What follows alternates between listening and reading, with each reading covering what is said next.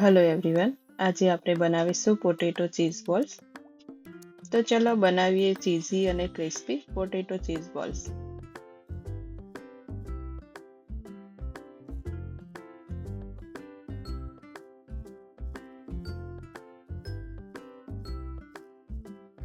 અહીંયા મેં લીધા છે રેડ કેપ્સિકમ ઝીણા કટ કરેલા, ગ્રીન કેપ્સિકમ, એક મીડિયમ સાઇઝની ડુંગળી અને લીલા ધાણા, 2 લસણની કળી લીધી છે.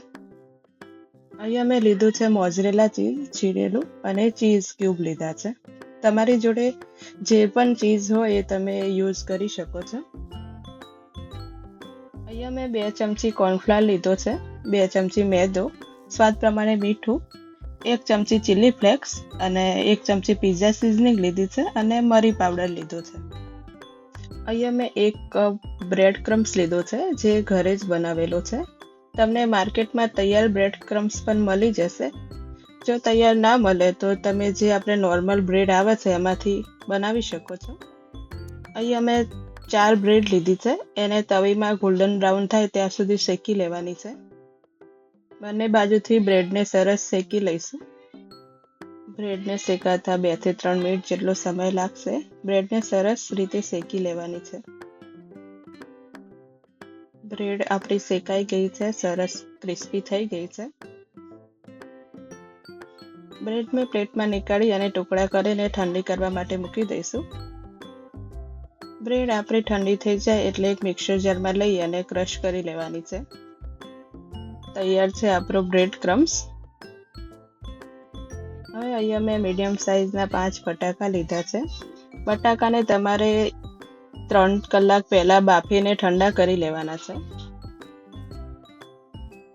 બટાકાને છીની લઈશું. બટાકાને તમે હાથથી મેશ પણ કરી શકો છો. બટાકા છીનીને લઈશું તો એમાં ગાંઠા નહીં પડે અને મિક્સર આપણું સરસ બનશે. બટાકા આપણા છીનાઈ ગયા છે. હવે આપણે એમાં 2 કળી લસણ એડ કરીશું. લસણને પણ આપણે છીણી લેવાનું છે. આમાં 2 જ કળી લસણ નાખવાનું છે, એનાથી વધારે નાખવાનું નથી, ને તો પછી મિક્સરનો સ્વાદ સારો નહીં આવે. 2 ચમચી કેપ્સિકમ એડ કર્યા છે, ઝીણા સમારેલા. ડુંગળી ઝીણી સમારીને રાખી છે એ એડ કરી દેવાની છે. અને લીલા ધાણા એડ કરી દઈશું.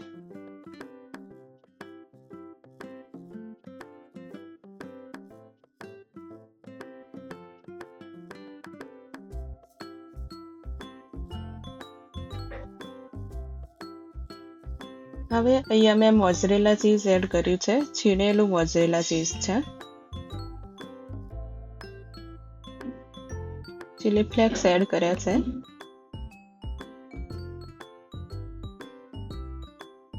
પિઝા સિઝનિંગ એડ કરવાના છે 1 ચમચી.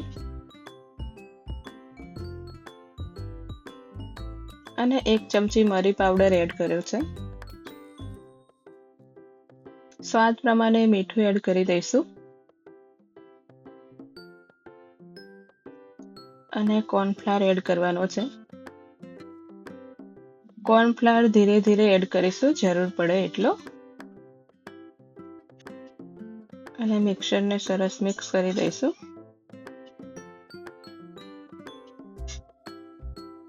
મિક્સર તમારું વધારે ચીપચીપું લાગતું હોય તો તમારે કોર્નફ્લાવર એડ કરતા જવાનું.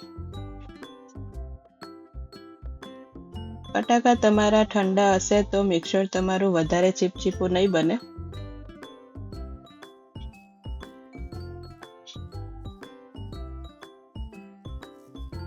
અને જો વધારે પાણી લાગતું હોય બટાકામાં તો તમારે કોર્નફ્લાવર એડ કરી અને મિક્સરને સેટ કરી લેવાનું. અને કોર્નફ્લાવર એડ કર્યા પછી પણ મિક્સર સરખું ના થાય તો તમારે 10 મિનિટ માટે ફ્રીઝરમાં મૂકી દેવાનું.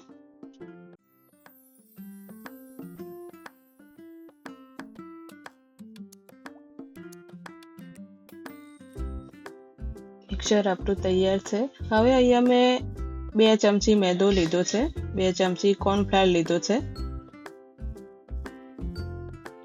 એમાં આપણે સ્વાદ પ્રમાણે મીઠું એડ કરીશું અને મરી પાવડર એડ કરીશું.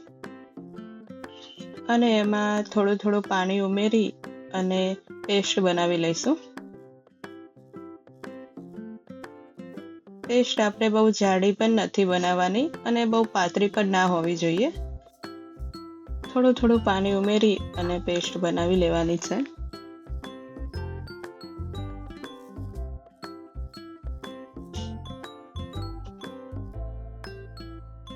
હવે આપણે જે મિક્સર બનાવ્યું છે એ મિક્સરમાંથી થોડો ભાગ લઈશું અને ઘોરા વાળી લઈશું. નાના બોલ્સ બનાવી લઈશું. હાથ તમારે પાણીવાળા કરી અને પછી બોલ બનાવવાના, એટલે મિક્સર હાથમાં ચોંટશે નહીં.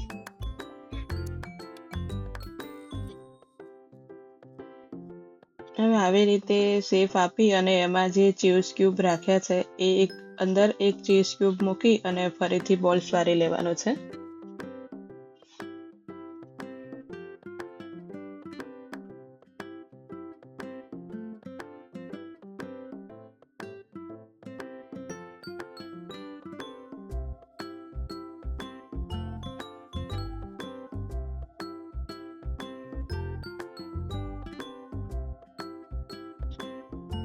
અહીંયા મેં બધા બોલ્સ બનાવી લીધા છે.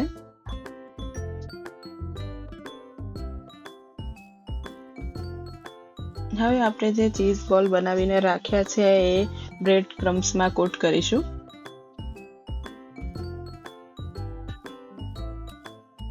બધા બોલને આપણે આવી રીતે સરસ એક પછી એક બ્રેડ ક્રમ્સમાં કોટ કરી લઈશું.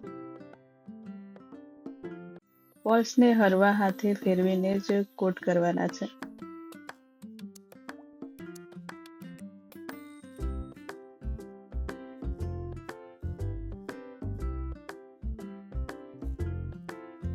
હવે આપણે જે સ્લરી બનાવી છે મેંદાની અને કોર્નફ્લોરની, એમાં બધા ચીઝ બોલને કોટ કરી લઈશું.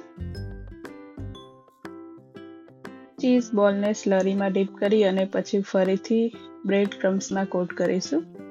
બ્રેડ ક્રમ્સનું આપણે ડબલ કોટિંગ કરીશું એટલે ચીઝ બોલ આપણા વધારે ક્રિસ્પી થશે.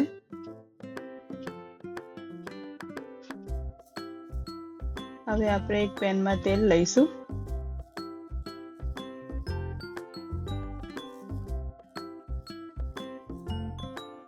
તેલ ગરમ થાય એટલે બધા જ ચીઝ બોલને આપણે ફ્રાય કરી લઈશું. તેલ આપણું સરસ ગરમ હોવું જોઈએ. તેલ ઠંડુ હશે તો ચીઝ બોલ સારા ક્રિસ્પી નહીં બને.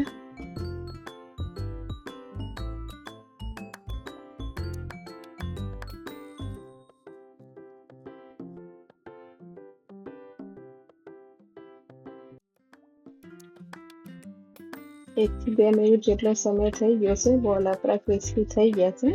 હવે નીકાળી લઈશું.